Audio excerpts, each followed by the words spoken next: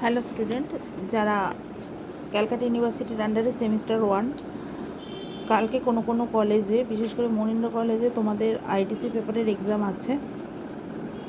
তার উপর বেস করে বা এমনি আলাদাও আইটিসি পেপারের যাদের লাইব্রেরি সায়েন্স আছে তাদের জন্য একটা সাজেশান দিয়ে দিচ্ছি। তোমরা জানো যে লাইব্রেরি সায়েন্সের 3টে মডিউল আছে সিলেবাসে। সেই মডিউলগুলির মধ্যে আবার 1, 2, 3 করে করে পার্টে পার্টে আছে। তো সব কিছু মিলিয়ে একটা সাজেশান দিচ্ছি, আশা রাখছি যে তোমরা কমন পাবে। আর এই পরীক্ষাগুলো যেহেতু হোম সেন্টারে তোমাদের কলেজেই হবে, তো এতদিন ধরে যে স্যার ম্যাডামদের সঙ্গে ক্লাস করেছো ওনারা নিশ্চয়ই তোমাদেরকে হেল্প করেছে বা বলে দিয়েছে কোনগুলো আসতে পারে। তাও আমি তোমাদের সুবিধার্থে একটু চেষ্টা করছি। দেখো, তোমাদের 15 নম্বর থাকবে, 1 নম্বরের প্রশ্ন থাকবে 15টা, তাহলে টোটাল 15 নম্বর হলো। আর ওদিকে 5 নম্বর দেবে বলে মনে হয় না, একেবারে বড় প্রশ্নই দিয়ে দেবে। 10 নম্বর দেবে, সেটাকে ভাগ করে করে দিবে, ঠিক আছে। আর 4-এর দাগে তোমরা পেয়ে যাবে 15 নম্বরের প্রশ্ন, ওইটাই একটি বড় প্রশ্ন হয়, ঠিক আছে। তাহলে ছোট প্রশ্নে তোমরা দেখবে ISSN এর সম্পূর্ণ নাম কি, ভারতের জাতীয় গ্রন্থাগার কবে প্রতিষ্ঠা হয়েছিল।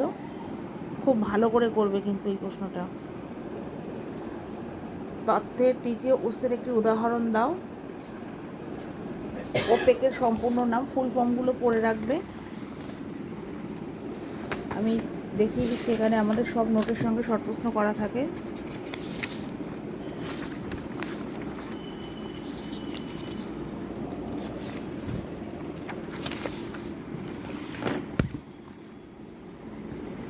দেখতে পাচ্ছ ISBN নাম্বার যেগুলো, এই যে ইন্টারন্যাশনাল স্ট্যান্ডার্ড বুক নাম্বার।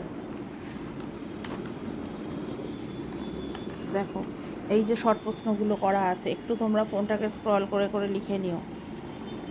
ফুল ফর্মগুলো করে দেওয়া আছে এখানে, ঠিক আছে। দেখছো, FRBR, ইবুক, ভারতের জাতীয় গ্রন্থাগার কবে প্রতিষ্ঠা হয়েছিল, যেগুলো বললাম। তো এখানে যারা নিয়মিত ক্লাস করেছে তারা সবটাই কভার করেছে, আশা রাখছি পারবেও তারা। লাইব্রেরি বা গ্রন্থাগার বলতে কি বোঝো? লাইব্রেরি ক্যাটলগিং কি? অবশ্যই ক্যাটলগিং করবে এবারের জন্য, আমি বলে দিচ্ছি। তারপর করবে যে থিসিস কোন ধরনের তথ্যের উৎস, এগুলো 1 নম্বরের জন্য বলছি।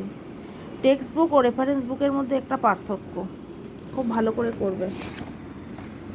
ডিডিসির সম্পূর্ণ নাম, দেখো এখানেও কিছু পেয়ে যাবে, শর্ট প্রশ্ন দেখে নাও। ডিজিটাল লাইব্রেরির একটি সুবিধা, বর্তমান সচেতনতা পরিষেবা কী, টেক্সট বুক ও রেফারেন্স বুক বললাম। গ্রন্থাগারের সচেতনতা কর্মসূচির একটা উদ্দেশ্য লেখো, ঠিক আছে। আচ্ছা, এবার বড় প্রশ্নের মধ্যে দেখো রিসোর্স বা গ্রন্থবিজ্ঞানের 5টি সূত্র। 5টি সূত্র তো করবে, তার মধ্যে চতুর্থ সূত্রটা এইবারে আসার খুব চান্স। দেখো, আমি স্টার করে দিয়েছি। গ্রন্থাগার বিজ্ঞানে সূত্রের ওপর একটি সংক্ষিপ্ত আলোচনা করো, এবং চতুর্থ সূত্রটা পাঠকের সময় বাঁচানোর সূত্রটার নাম, ঠিক আছে। নিশ্চয়ই তোমরা 5টা সূত্র জানো। আর একটা প্রশ্ন, তথ্য সাক্ষরতা কি? বইয়ের বিভিন্ন প্রকারগুলি ব্যাখ্যা করে তথ্যের নন ডকুমেন্টারি উৎসগুলো আলোচনা করো। দেখো, এই প্রশ্নটা দেখো, বিভিন্ন ডকুমেন্টারি সোর্স একবার করে দেখে নাও। তোমাদের বন্ধুদের যাদের সেমিস্টার 2তে লাইব্রেরি সায়েন্স আছে, যদি স্টাডি মেটেরিয়ালসের দরকার হয়, ক্লাস করার দরকার হয়, তোমরা যোগাযোগ করে নিও স্ক্রিনে দেওয়া নাম্বারে। এই যে দেখো, রিসোর্স ব্যবহারের সুবিধাগুলি লেখো, খুব ভালো করে করবে এই প্রশ্নটা।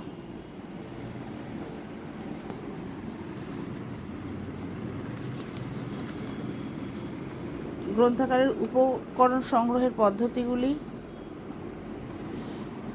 একটা ভিডিওর মধ্যে তো হয় না সমস্তটা। এই যে 5টা সূত্র যেটা বললাম, দেখো নিশ্চয়ই ক্লাস করেছো বা জেনেছো, কেননা লাইব্রেরি সায়েন্সের সহায়ক গ্রন্থ সেইভাবে হয় না, এগুলো বই পড়ে পড়ে করতে হয়।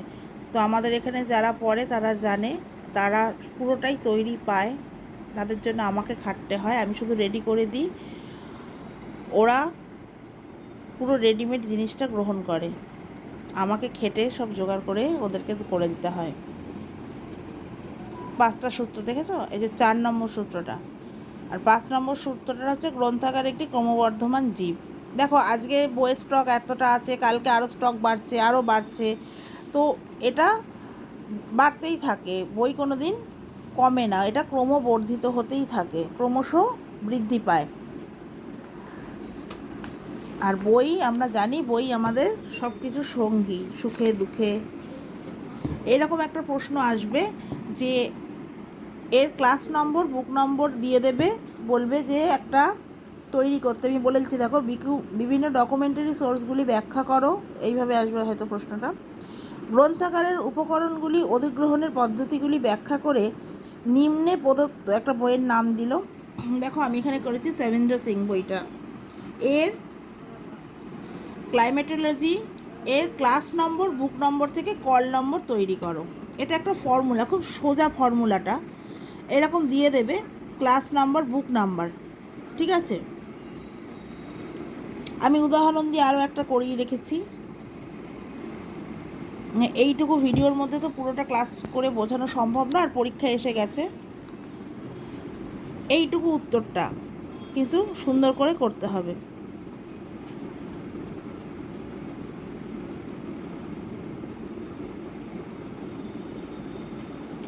রেফারেন্স সোর্স বলতে কি বোঝো, ঠিক আছে। লাইব্রেরিতে ব্যবহৃত বিভিন্ন রেফারেন্স সোর্সগুলি ব্যাখ্যা করো। আমাদের এখানে সব কিছু উদাহরণ দিয়ে বুঝিয়ে দেওয়া হয়, এবং নোটে তোমরা জানো যে সংজ্ঞার সঙ্গে উদাহরণ ছোটোবেলায় শেখানো হয়েছে, এগুলো খুব গুরুত্বপূর্ণ।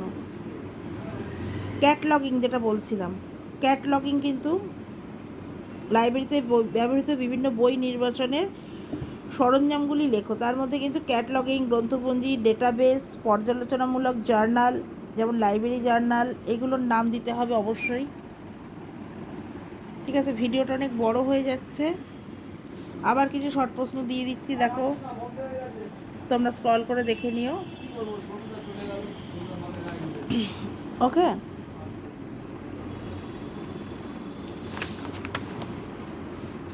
তোমরা 10 নম্বরের জন্য গ্রন্থাগারের বিভিন্ন সূত্রটা অবশ্যই দেখবে। BLA, এই যে আমাদের এখন যে সব নির্বাচন কমিশন হেনা তেনা হচ্ছে, এই সবের BLA না, এটা কিন্তু লাইব্রেরি সায়েন্সের। দেখো BLA হচ্ছে বেঙ্গলি লাইব্রেরি অ্যাসোসিয়েশন। এই প্রশ্নটা, এর ওপর একটা ভিডিও চ্যানেলে আছে, অনেক আগে দিয়েছিলাম, ওটা একবার দেখে নিতে পারো। জাস্ট একবার করে চোখ বুলিয়ে যাও, আশা রাখি জয়ী হবে।